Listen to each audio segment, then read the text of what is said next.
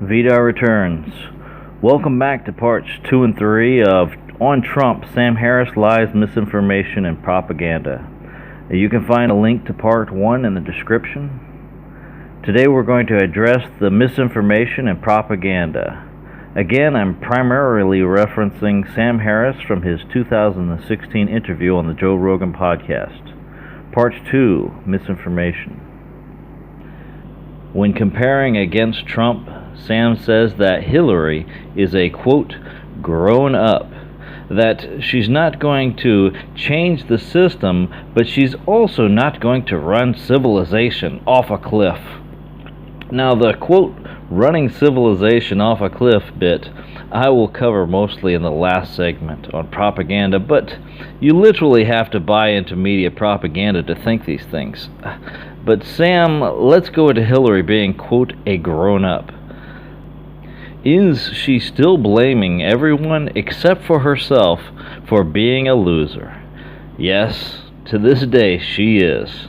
And to this day she is still claiming that WikiLeaks is an operative for the Russian government. Fuck. You'd have to have half a brain cell to believe that shit. Just knowing a little of WikiLeaks history, you could realize how stupid an idea like that is. Absolutely imbecile. And I don't actually think she's that dumb. So I'm left to believe she has ulterior motives to keep the USA in conflict with Russia, which also ties in so conveniently with her campaign desires to have implemented no-fly zones over Syria, leading to conflict with Russia, and potentially initiating a much larger war. She's a total warmonger, having been pro every war since Vietnam. Is that what it means to be grown up? I can make a solid case against Hillary without even addressing her incompetence, which is the story of her emails, and that's been rehashed 1,000 times. And if you call that grown up, then no thanks. I'll prefer just about any child off any playground before that. And who looks more grown up now? Trump, who started no wars, yet defeated ISIS in his first year of office. What, did you not know that, Sam? Probably because it wasn't on TV. Some other things you happily toss into the mix is saying that Trump doesn't know about the economy, and that Trump's, quote, probably not that rich. How rich is, quote, that rich? I've heard you say this on multiple recordings. Trump is literally a billionaire. 5 billion or 10 billion. Does it really matter? You sound like a fool. Let's literally think about this. Lots of people are born into wealth every day. None of them accidentally go from being a millionaire to a billionaire. It's difficult for the average person to understand how incredible that is. How many rich children, even born with a head start, are able to reach the Forbes top 100 wealthiest people as Trump has done? I'll tell you, percentage-wise, it's practically none. Trump has done exceptional with his life.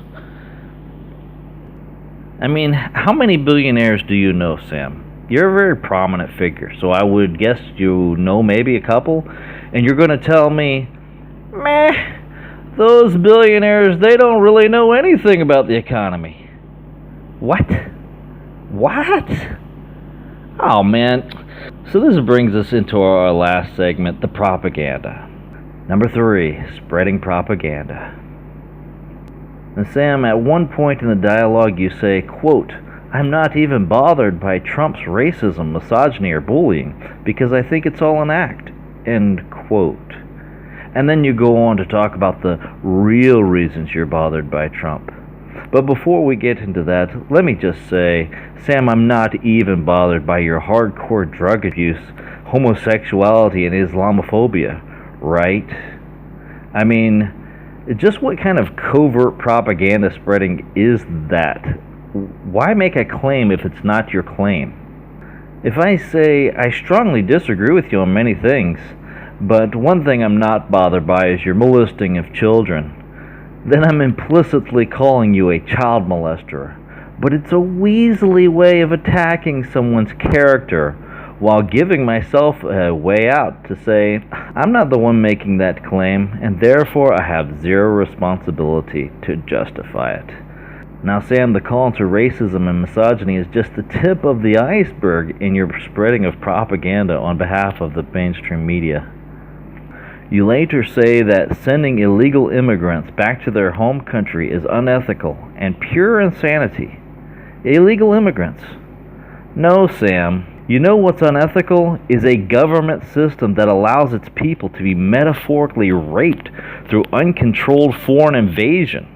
The politicians that let this happen for decades unchecked. Even you yourself have said that you're not for open borders. And what of the ethics of the illegals? No one accidentally overstays in a country illegally for several years. Is the process of legally coming into the USA too costly or prohibitive? Probably, and that would be a legitimate case to make. But you never made that case. Instead, you push the crybaby narrative of the media. But who will pick the lettuce? Jesus Christ, now you switch midway from ethics to economics, and you literally didn't even make a case for the ethics, and that's supposed to be your field of expertise. These are pure talking points directly from the television. If this isn't evidence enough of towing the media narrative, hold on to your seat. Because next you say that you support Hillary because she's not going to do something insane like get into war with North Korea, dismantle NATO, or form an alliance with Putin. There is so much brain-dead ignorance in that jumble of words. I need to break this down into parts. 1, it will go down in history that Trump successfully created peace treaties with North Korea that no previous president was ever able to accomplish. 2, not only was NATO not dismantled, but now more countries are paying the agreed amounts than ever before. And 3, what is wrong with the USA being on good terms with Russia, you media parroting motherfucker? Do you want to drive Russia into the arms of China, the next world power? Then they can align together against the USA, or what? This shit didn't make sense when the media said it the first time, and it made double nonsense when you regurgitated it. There's so many more bogus claims I could go on about, but I've got to wrap this up because I could probably make a third and fourth part recordings on this. And hopefully my points have been illustrated enough already.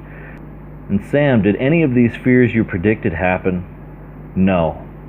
Not only did you not predict correctly, your predictions were nearly mirror opposite of correct.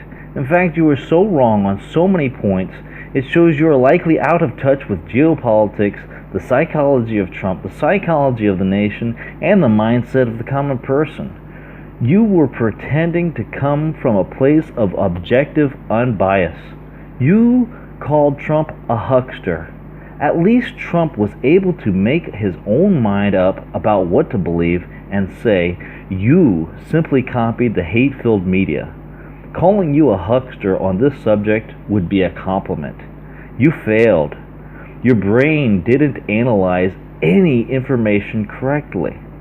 It's disturbing to me because I honestly wouldn't have believed you said these statements had I not seen and heard them for myself. But I guess it goes to show that even largely intellectual people can live in extremely small echo chambers. In the end, your views were demonstrably copied straight from the mainstream media. You called Trump unknowledgeable and uninformed. You hypocrite. You unknowledgeable. You uninformed. I genuinely believe that with all Trump's flaws, if Trump had right think according to the media, then you would have supported him 200%. Thanks for listening, everyone. Vidar returns. Come follow me on the Mastodon and Minds networks and live chat with me on the Matrix network. Links in the description.